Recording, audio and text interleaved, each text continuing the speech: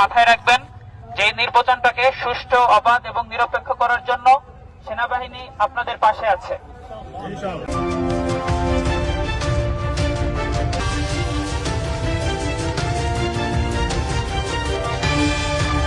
আসসালামু আলাইকুম। গোলাপগঞ্জবাসী শুনতে পাচ্ছেন আমাকে? আচ্ছা, তো আমি দীর্ঘদিন ধরে আপনাদের সাথে এখানে আছি, সেনাবাহিনী আপনাদের সঙ্গে আছে, আমরা ডিউটি করছি। তো বারবার আপনাদের সঙ্গে আমার কথা হয়েছে, তো আবারও আমি একটা বিষয় আপনাদের মনে করিয়ে দিতে আসছি, সেটা হচ্ছে আগামীতে আমাদের জাতীয় পর্যায়ের সব থেকে গুরুত্বপূর্ণ ইভেন্টটা কি? নির্বাচন, তাই না? আসন্ন জাতীয় সংসদ নির্বাচন, এটা আমাদের সব থেকে গুরুত্বপূর্ণ ইভেন্ট।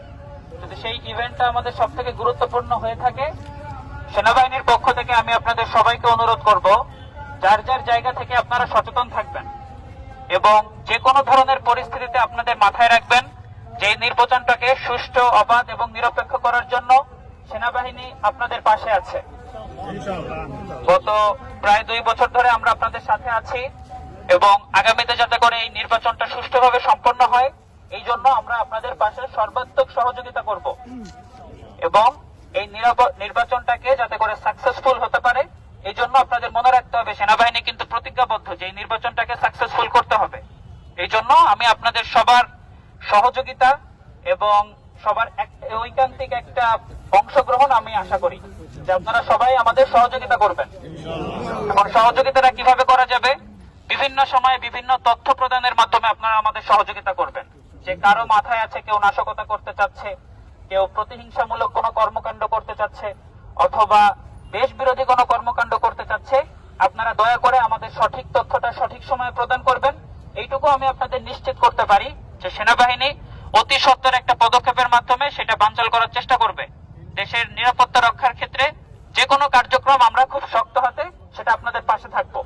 বুঝতে পেরেছেন?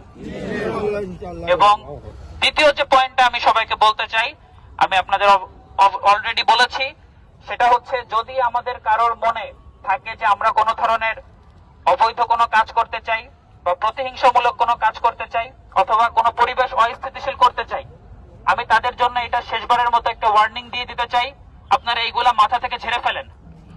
এরকম কোন কর্মকাণ্ডকে প্রশ্রয় দেওয়া হবে না।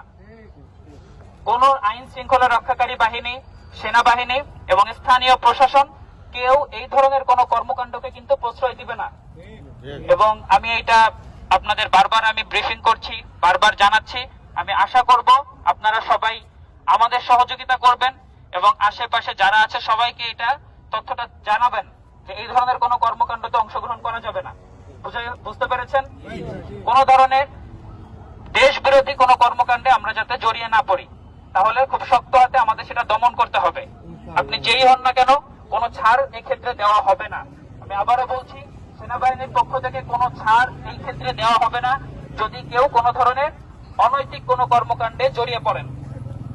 এবং নির্বাচন নিয়ে এখনো যদি কারো মধ্যে কোনো গুজব থাকে, কোনো সংশয় থাকে, সব সংশয় আপনারা ভুলে যেতে পারেন, কারণ নির্বাচনটা আগামী 12 তারিখে ইনশাল্লাহ হবে। এই ধরনের কোনো ভ্রান্ত ধারণা বা কোনো পথভ্রষ্ট কেউ হবেন না, এটা অনুরোধ করার জন্য আমি আসলে এসেছি। যেহেতু গোলাপগঞ্জ বাজার, আপনারা সবাই এখানে আছেন, স্থানীয় লোকজন আছেন, এইখানে আপনাদের সাথে কথা বলার মাধ্যমে এই কথাটা আমি চাই পুরা সিলেট 6 আসন এই বিষয়টা জানুক। আমি আরো কথা বলবো, বিভিন্ন জায়গায় আপনাদের সঙ্গে কথা বলবো। সো আপনারা এই বিষয়টা মাথায় রাখবেন, আমাদের সর্বাত্মক সহযোগিতা করবেন এবং পরবর্তীতে কোনো ধরনের কোনো কাজে আমরা নিজেকে জড়িয়ে ফেলবো না। বুঝতে পেরেছেন সবাই? ধন্যবাদ সবাইকে। আসসালামু আলাইকুম।